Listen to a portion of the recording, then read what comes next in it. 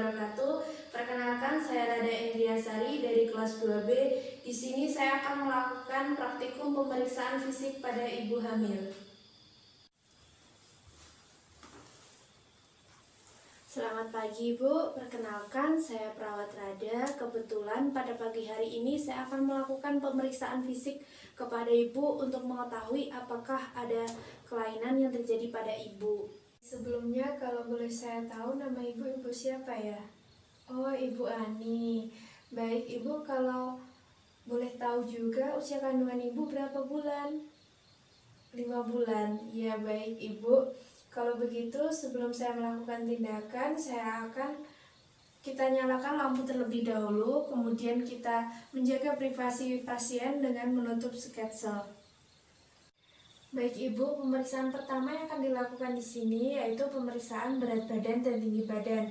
Berat badan di sini sangat penting karena apabila melebihi dari ambang batas normal dan tidak terkontrol, itu akan mempengaruhi pada saat persalinan. Dan biasanya jika seseorang itu mengalami berat badan yang lebih dari batas normal, maka biasanya pada saat persalinan itu akan dianjurkan untuk melalui seksio sesaria. Nah, kemudian untuk tinggi badan di sini, Ibu, biasanya itu tinggi badan yang kurang dari 150 cm itu sangat tidak dianjurkan untuk melahirkan secara normal dan disarankan untuk seksio sesaria. Baik Ibu, kita sudah selesai melakukan pemeriksaan berat badan dan tinggi badan. Untuk selanjutnya yang akan saya lakukan yaitu pemeriksaan kondisi umum dan juga pemeriksaan head to toe. Oleh karena itu, Ibu saya persilakan untuk berbaring dan mohon maaf saya minta Ibu untuk membuka jilbabnya. Nah, selama pemeriksaan ini juga dapat dinilai bagaimanakah respon Ibu terhadap kehamilannya. Apakah Ibu terlihat bahagia ataupun dia murung? Kalau bahagia itu pasti dia menampakkan sebuah rasa penerimaan terhadap bayinya. Dan jika murung itu kemungkinan ada rasa belum dapat menerima kondisinya tersebut. Yang pemeriksaan selanjutnya yaitu pemeriksaan TTV, dimulai dengan pemeriksaan suhu tubuh. Kita pasangkan termometer ke aksila klien. Permisi Ibu, dipasang dulu. Sebenarnya ini kancing bajunya dibuka, kemudian dipasangkan di dalamnya. Kemudian posisikan tangan klien yang satunya ini menyilang ke arah tangan yang sebelahnya. Nah, sambil menunggu pemeriksaan termometernya atau suhu, kemudian dilakukan pemeriksaan tekanan darah.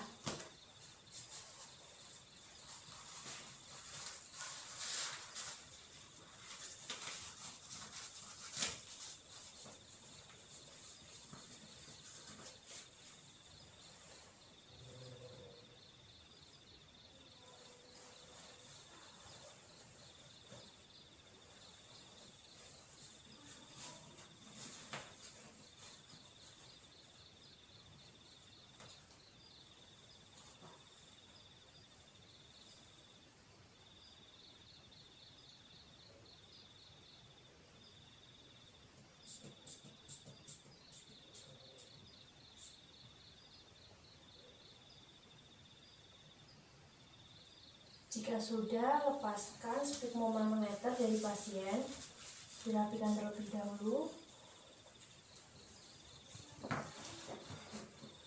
Kemudian kita ambil termometer yang ada di ketiak pasien. Permisi ya Ibu, termometernya saya ambil dan sisihkan. Untuk pemeriksaan yang selanjutnya yaitu pemeriksaan nadi.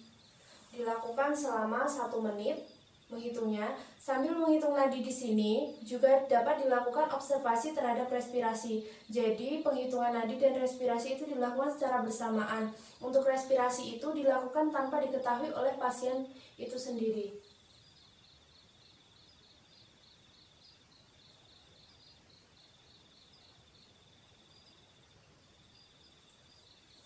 Jika sudah, yang didapatkan biasanya untuk tekanan darah itu tidak terjadi peningkatan yang signifikan, kecuali terjadi peningkatan cardiac output yang itu menandakan adanya preeklamsi pada pasien. Dan juga untuk nadi biasanya juga tidak terjadi peningkatan. pada suhu pun juga tidak terjadi peningkatan, dan pada respirasi itu biasanya terjadi peningkatan ketika sudah memasuki usia kehamilan 32 minggu. Untuk pemeriksaan selanjutnya yaitu pemeriksaan head to toe yang dimulai dari kepala sampai dengan ujung kaki. Yang pertama diperiksa yaitu kepala dan bagian leher.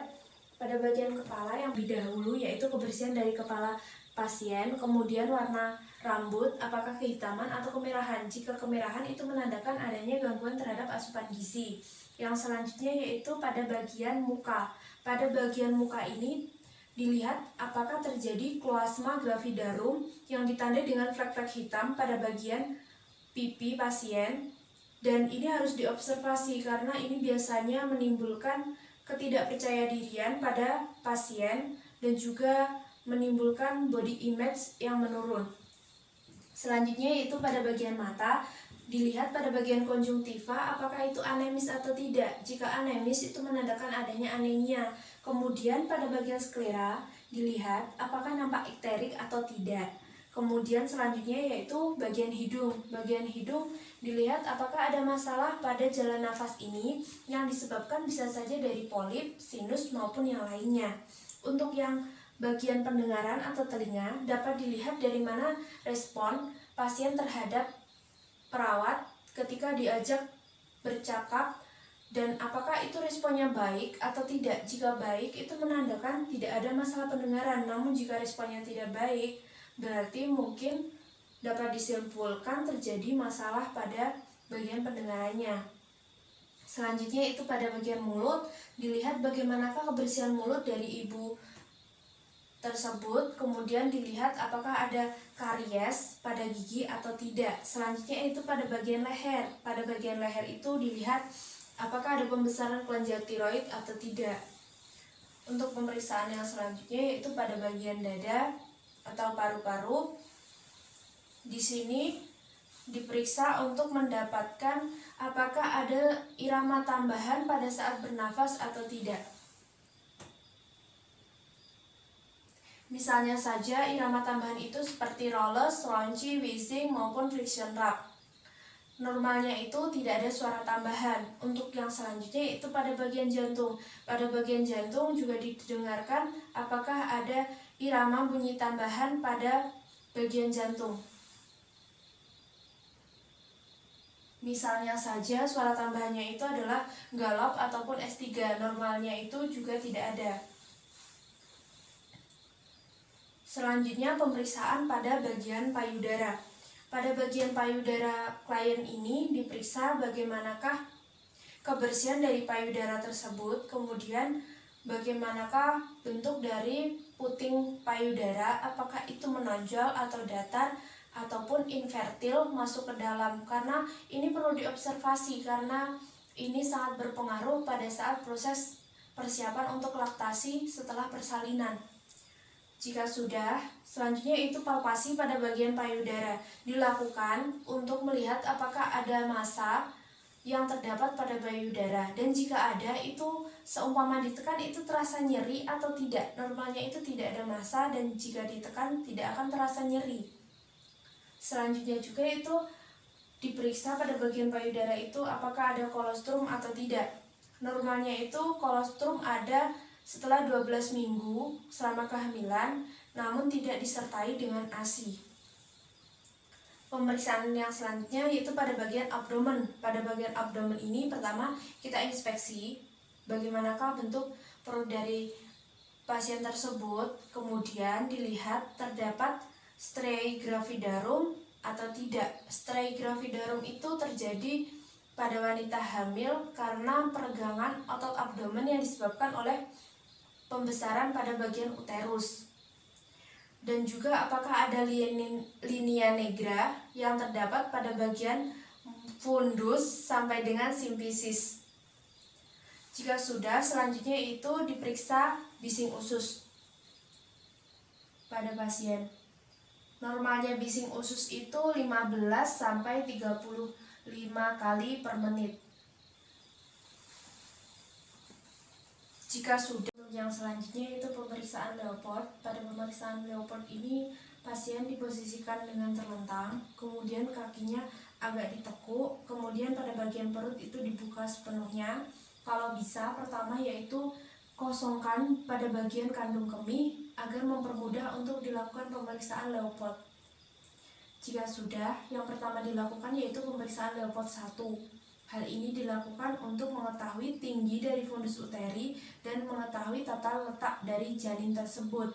Untuk mengetahui tinggi fundus uteri itu dilakukan dengan memberi penekanan halus pada bagian fundus uteri yang kemudian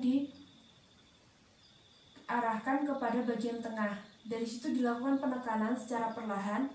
Nah, jika sudah, itu kemudian dipasang metelin untuk mengukur, dimulai dari simfisis menuju pada bagian fundus yang sudah dibatasi oleh tangan tadi. Dimulai dengan pengukuran dari simfisis itu dinilai dalam bentuk inci. Jika sudah, untuk mengetahui tata letak janin dilakukan dengan cara tangan yang satunya yaitu memberi tekanan ke arah yang tangan sebelahnya, kemudian tangan yang sebelahnya itu seperti meraba batas-batas yang ada.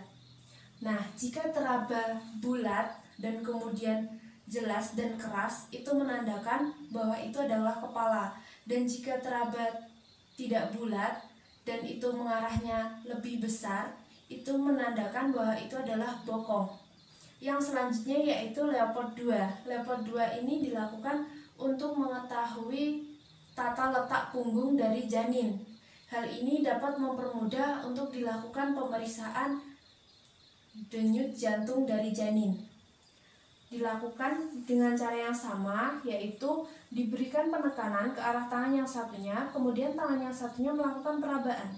Jika itu teraba panjang, kemudian keras, dan seperti agak papan, itu menandakan berarti itu memang dari punggung bayi. Nah, kemudian jika pada bagian yang selanjutnya agak bawah dan lebih ujung itu teraba sangat kecil, bagian-bagiannya itu menandakan bagian terkecil dari janin tersebut.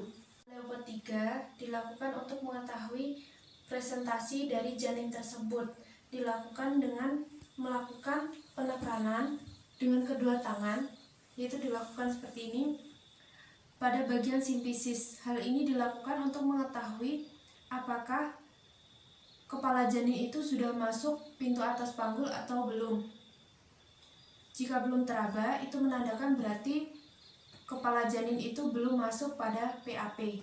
Nah, untuk Leopold 4 itu sebenarnya dilakukan jika kepala janin itu sudah masuk pada PAP. Jika belum, tidak perlu dilakukan untuk pemeriksaan Leopold 4. Yaitu pada pemeriksaan genitalia, ini dilakukan dengan menggunakan handscoon terlebih dahulu. Dan pada pemeriksaan ini yang pertama diperiksa yaitu adanya tanda Chadwick pada bagian dalam vagina. Setelah membuka labia minora dan labia majora, itu didapatkan tanda seperti kebiruan. Nah, jika sudah, pada pemeriksaan genitalia ini juga dinilai bagaimanakah kebersihan dari ibu tersebut. Pada pemeriksaan genitalia ini dinilai apakah ibu mengalami fluor albus atau yang biasa dikenal dengan keputihan. Nah, keputihan itu dapat dinilai bagaimanakah warnanya, apakah itu berwarna putih, kuning, ataupun kebiruan, dan juga dapat dilihat tipe. Pemeriksaan genitalia ini dinilai juga apakah ibu mengalami fluor albus atau yang dikenal dengan keputihan. Keputihannya itu apakah berwarna seperti misalnya saja pada warna normal itu bening ataupun putih. Namun jika sudah tidak normal itu berwarna kekuningan atau bahkan sampai kehijauan. Dan juga dinilai bagaimanakah bau yang timbul dari keputihan tersebut. Normalnya itu tidak berbau. Pada pemeriksaan genitalia juga dapat dilakukan pemeriksaan pada bagian anus untuk menilai apakah terdapat hemoroid atau tidak. Dan juga bila terdapat hemoroid, itu pastikan apakah besar atau kecil. Dan juga dapatkah hal itu mengganggu pada saat proses persalinan nanti yang akan dialami maupun pada saat kehamilan. Untuk pemeriksaan yang selanjutnya yaitu pemeriksaan pada bagian ekstremitas ibu, dilihat apakah terdapat odema pada bagian ekstremitas dilakukan dengan cara yaitu menekan pada bagian tibia menggunakan ibu jari, kemudian setelah itu dilepaskan dan dilihat apakah bekas dari penekanan tadi hilang dalam waktu 2-3 detik atau tidak. Jika sampai waktu 2-3 detik tidak hilang, berarti itu menandakan adanya ödema dan kemudian dinilai apakah terdapat varises pada ibu tersebut atau tidak. Nah, dari pemeriksaan tadi, untuk pemeriksaan fisik pada ibu hamil sudah selesai, dan jika sudah selesai, selanjutnya itu tahap terminasi. Baik ibu, saya sudah selesai melakukan tindakan pemeriksaan fisik pada ibu. Selanjutnya silakan ibu merapikan bajunya, dan juga saya akan merapikan alat-alat yang sudah saya gunakan tadi. Jika sudah, perawat mengambil alat-alatnya, kemudian berbicara kepada pasien. Saya sangat berterima kasih Ibu atas waktunya. Sekian dari saya. Selamat pagi Ibu.